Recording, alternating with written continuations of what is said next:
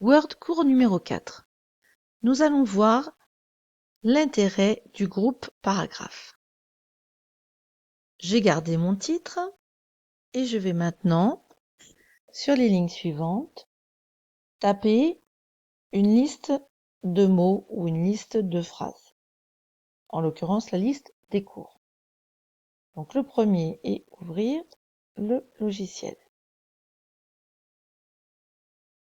Le deuxième, et je vais passer en minuscule, tant pis je modifierai celui d'au-dessus avec modifier la casse, et utiliser le groupe police. Troisième, utiliser le groupe paragraphe.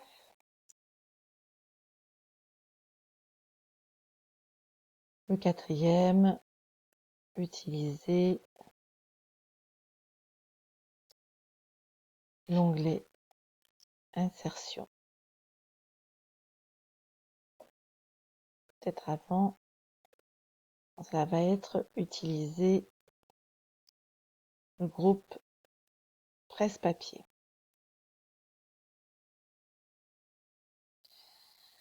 J'ai sauté une ligne en trop. Je me positionne sur la ligne, j'appuie sur la touche Sup de mon clavier. Hop, utiliser le groupe police revient juste sur la bonne ligne. Ici, ma phrase est en majuscule, je la voudrais en minuscule avec juste une majuscule au début. Je clique sur mon bouton modifier la casse, et je choisis majuscule en début de phrase. J'ai donc une liste de points que je vais voir dans mon cours. Je veux à cette liste lui mettre des puces. Les puces, c'est les petits boutons que vous trouvez là. Je sélectionne ma liste, c'est impératif. Je pourrais cliquer là, mais là, je prendrai à ce moment-là les premières puces qu'il me propose. Or, moi, je veux pouvoir faire mon choix. Donc, je clique sur puces. J'ai un certain nombre de puces que j'ai déjà préchoisies auparavant. Je peux également choisir de définir ma puce. Lorsque je fais définir ma puce, j'ai la possibilité d'aller chercher une image sur Internet pour l'attribuer en puce. Par exemple, un ballon de foot. Je peux également choisir un symbole. Voilà, et là, je me retrouve. Il me suffit de sélectionner le symbole adéquat ou bien de descendre dans les polices qui s'appellent Wingdings ou Webdings. Hop, je suis allée un petit peu trop bas. Wingding, vous voyez, vous avez tout un tas de petites propositions. Mettons, je veux utiliser l'index. Je fais OK. Voilà, et maintenant j'ai un index. Je peux également, à l'aide de police, choisir la couleur. À ce moment-là, je peux le vouloir rouge. Et je peux également choisir sa taille. Je fais OK. Et là, mes index sont rouges. Si je fais OK, je me retrouve avec mes polices avec index rouge. Les flèches que vous trouvez en suivant ne sont que symbolisées par le bouton qui affiche tous les symboles. Bien sûr, ces flèches rouges ne s'imprimeront pas. J'ai la possibilité, vous voyez, il m'a décalé mon texte un petit peu vers la droite. Moi, je voudrais que mon texte commence au bord. Parce que j'ai oublié, je vous en ai parlé sommairement tout à l'heure, mais vous avez une marge d'office de 2,5, d'office de 2,5 en haut, d'office 2,5 à droite, et d'office 2,5 cm bien sûr en bas. Donc, je veux, hop, me coller au début de ma marge. J'ai ces deux petits boutons, celui-ci pour avancer à droite, celui-ci pour avancer à gauche. Je clique sur gauche et il me ramène mes petits index au bord. Et vous voyez mes curseurs qui ont changé de forme. Je vous dirai après, dans un autre cours, comment les travailler. Si j'appuie sur l'autre bouton, eh bien, je décale autant de fois que j'appuie. Revenons au début. Voilà. Maintenant, j'ai décidé que je ne voulais plus une puce, mais des numéros. Alors, au lieu de cliquer là-dessus, je vais faire aucune, comme ça on revient à l'original. Je vais choisir des numéros. Vous avez la possibilité de mettre des points, des numéros un petit peu plus fins, des lettres, des chiffres romains, des parenthèses derrière, à nouveau des lettres. Vous voyez le résultat qui est indiqué. Vous voyez toujours ces fameuses flèches qui sont toujours représentatives du décalage entre le chiffre et le texte. Je vais par exemple choisir ça. Toujours pareil, hein, si je désactive ma visualisation des paragraphes et des espaces, je ne vois plus ces fameuses flèches. Voilà, et toujours pareil, je peux ramener ça au bord.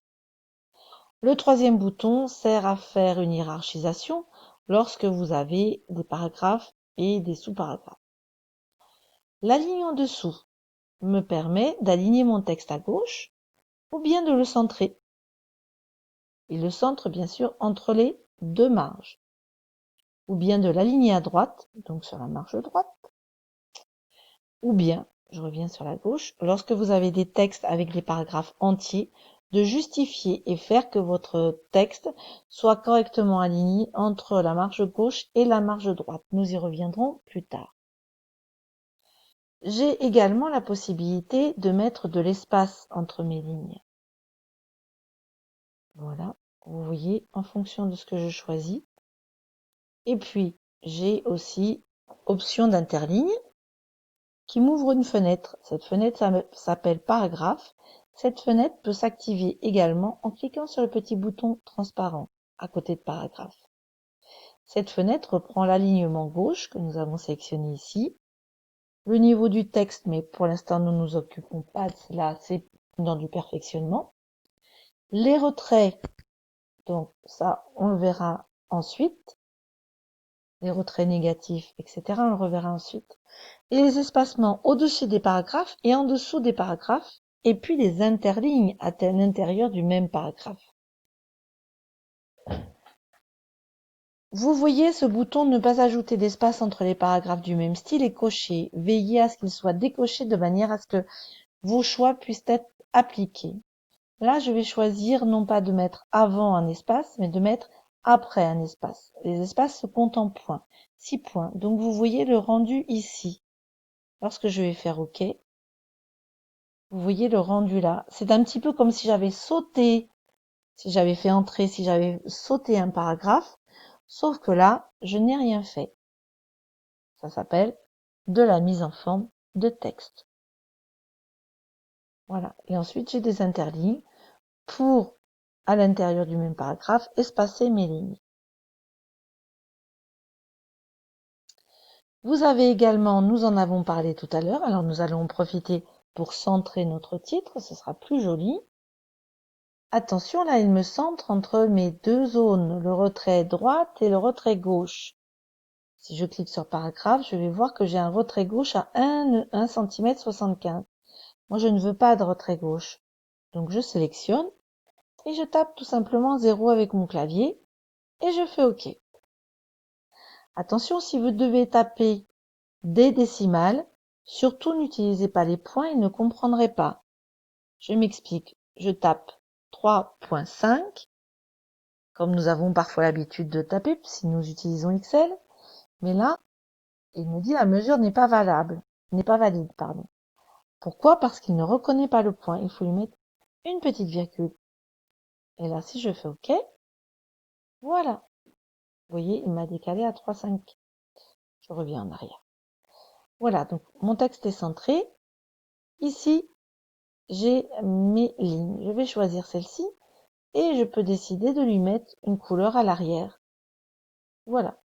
Vous voyez que tout l'espace de ma ligne est pris en compte. Je choisis celui-ci, je choisis du vert par exemple, etc., etc. Et à chaque fois, hop, voilà. Je vais choisir le dernier en orangé, avant-dernier, et le dernier en violet. Nous pouvons également choisir, hop là, nous pouvons également choisir de mettre des bordures. Donc là, cela me fait des bordures autour de chaque ligne que j'ai sélectionnée. Ou je peux choisir uniquement des bordures extérieures, je peux décider de les dessiner. Voilà. Et lorsque je décide de les dessiner, je choisis mon type de bordure. J'en ai tout un tas. Mettons celui-ci, par exemple. Je choisis son épaisseur. Là, il n'y en a qu'une. Et si on est sur quelque chose d'un peu moins précis, par exemple ça, je peux choisir une épaisseur un peu plus voyante. Je peux choisir en cliquant dessus de désélectionner le bas. Ou je reclique dessus, je le sélectionne. Et je peux également choisir la couleur de ma bordure. Je vais choisir du rouge pour faire ressortir. Hop, hop. J'ai cliqué sur chacune des bordures pour le mettre en rouge. Je fais OK. Et comme vous pouvez le voir, bon, c'est un peu grossier, mais c'était pour vous montrer. J'ai toutes mes bordures en rouge. Voilà pour ce cours. À très bientôt.